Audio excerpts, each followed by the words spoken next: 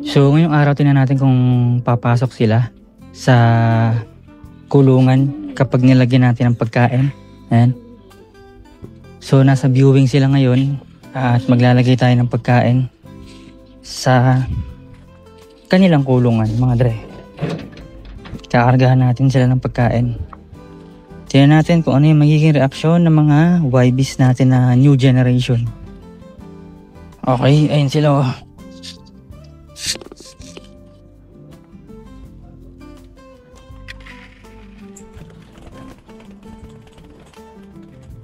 Wait lang. Ayan. So nakikita nila yung kasama nila sa loob kumakain. Tingnan natin kung mapapasama natin sila. Ayan.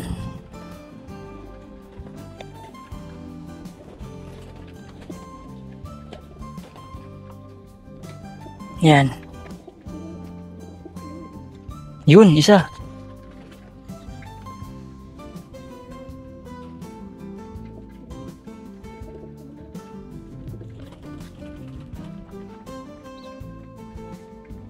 Lubos natin. Lubos natin.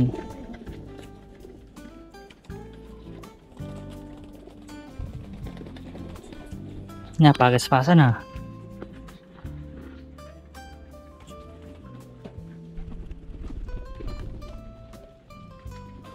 Kala ko lumilipad-lipad na.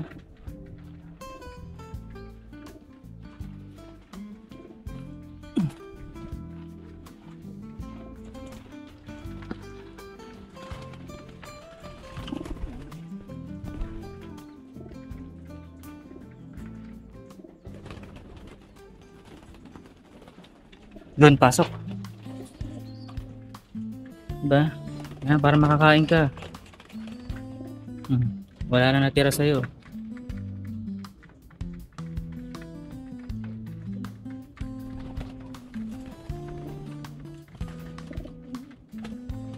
So, itong isa, sa tingin natin, mukhang siya yung pinaka-rebellious.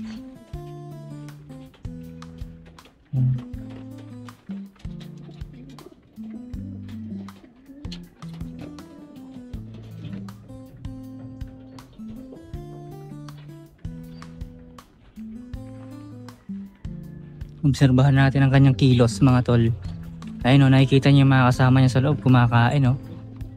Dapat mainggit ka, pumasok ka. Yan.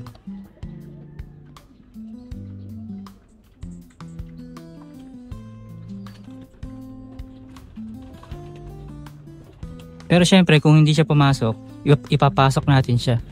Syempre bata pa siya eh. Kailangan pa talaga ng guidance. So lagyan pa natin ng pagkain sa loob mga kaibigan. So dagdagan natin.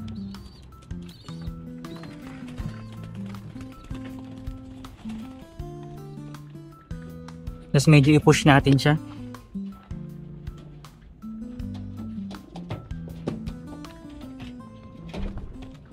Yun.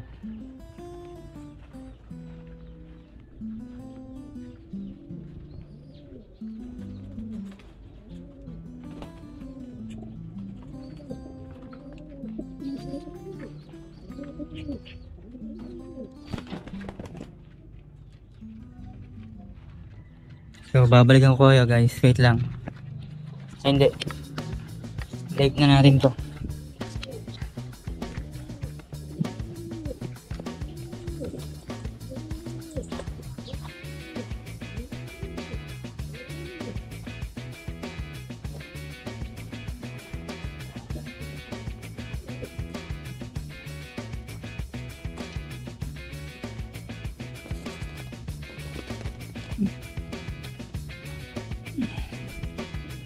Hindi ka marunong, hindi ka mabubusog niyan. Yan, pasok. Huwag ka na umatras, atras ka pa eh. Di ba? Kain ka lang dyan.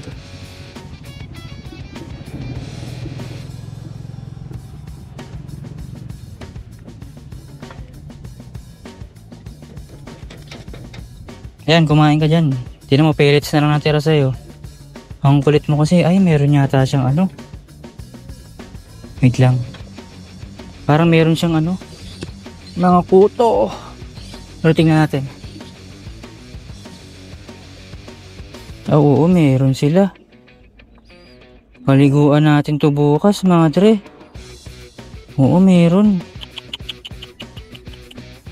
Paliguan natin to bukas mga dre. Meron nga siyang kuto. Ang bata-bata pa lang. So bukas, tirahin natin yung bukas. The next day. So yun, what's up sa inyo mga dre? So ngayong araw ay magpapaligo tayo. Continuation ng ating vlog kahapon. At naka-live din tayo mga tol, oh. At mag-check lang tayo ng mga magpapa-shoutout dito para ma-shoutout din natin sila sa ating YouTube channel. Ayan, kay Palo, ayan. Ayan, oh, simula daw nung itim yung kulungan, eh nakapollow na siya. Ayan, kay Cassie. Ayan, shoutout sa iyo. Kay Errol James Lopez, shoutout sa inyo. Makikita kayo sa YouTube, oh. Ayan, oh. Nga pala guys, ayun, oh. Naka-live tayo sa TikTok mga tol. So papaligo tayo, ito yung gagamitin natin. Ayan. So bakit nga pa kailangan paliguan ng mga kalapate mga tol? Siyempre kailangan natin silang paliguan kapag sila ay nagkakuto na. Lalo na kung breeder yan mga tol. Pero kahit breeder, stock loft or stock birds, kailangan paliguan yan kapag napansin mong merong mga peste sa kanilang balahibo. Kasi may mga kuto kasi na naninira ng balahibo. May mga kuto naman na sumisipsip ng dugo o kaya naman nutrients ng kalapate mga tol. Ayan, so ito shampoo wash out intense mga tol, oh. Ayan, so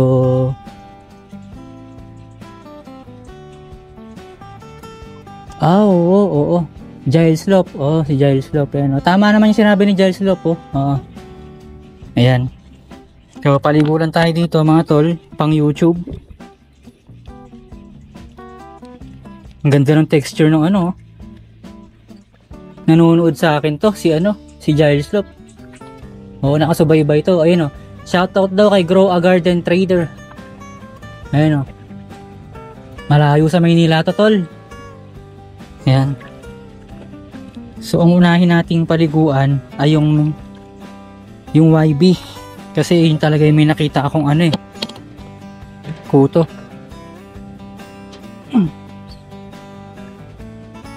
Ito guys, so may kuto to. Ayan. Ipitin nyo lang yung paa, yan. Ang init ng tubig, oh. Galing gripo. Ayan.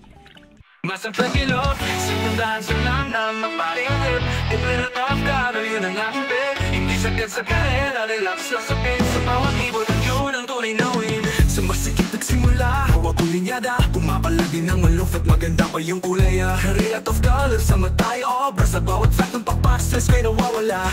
Oo, nag-race din, pero hindi todo. Enjoy lang sa laro, hindi kailangan magpaka-pro. Mas mahalaga sa akin, alaga at connection. Sa bawat ibon ko hanggang ko'y passion. Mas attract you love, simple fans lang. Kapapari ang trip. Yung cobra ko baka nawala na ng unang ligo to, par. Unang ligo. Ayan. Yan. Wait lang. Pero ito naka na to. Unang ligo niya pero nakaronda na to. Nakaronda at naitos ko na nga ito, eh. Hindi lang basta hobby, kultura na rin ito. Kalapati sa tugo, sa puso ang totoo. Mas attract you love, simple fans lang. Kapapari ang trip. A few moments later. Gaya ng ginagawa ng maraming mga fancier. Pagkatapos nilang paliguan yung mga YBs nila, ayan, oh. Nilalagay nila sa landing board, and then pinapaarawan. Para rekta, tanggal kuto talaga, boy. Ayan, oh. Alright. Tapos sinabay na rin natin yung mga cocks. Ayan. Yung mga cocks at saka yung mga may nagpapakitambay. Itong mga hen. Ayan, yung mga hen. Tapos ito pa. Tapos ito, hindi ko pinaliguan kasi matamlay siya, tol. Ayan, oh, gaganyan-ganyan siya, oh. Although kumakain naman siya, pero tinan nyo, boom, hindi na ubos. Pero yung mga tickler kasi maliliit lang sikmura niyan. Syempre maliit lang katawan niyan eh. Alright, ay tingnan pala natin to. Tingnan pala natin kung nakalabas na yung sisiw. Ang tapang naman kasi. Patingin.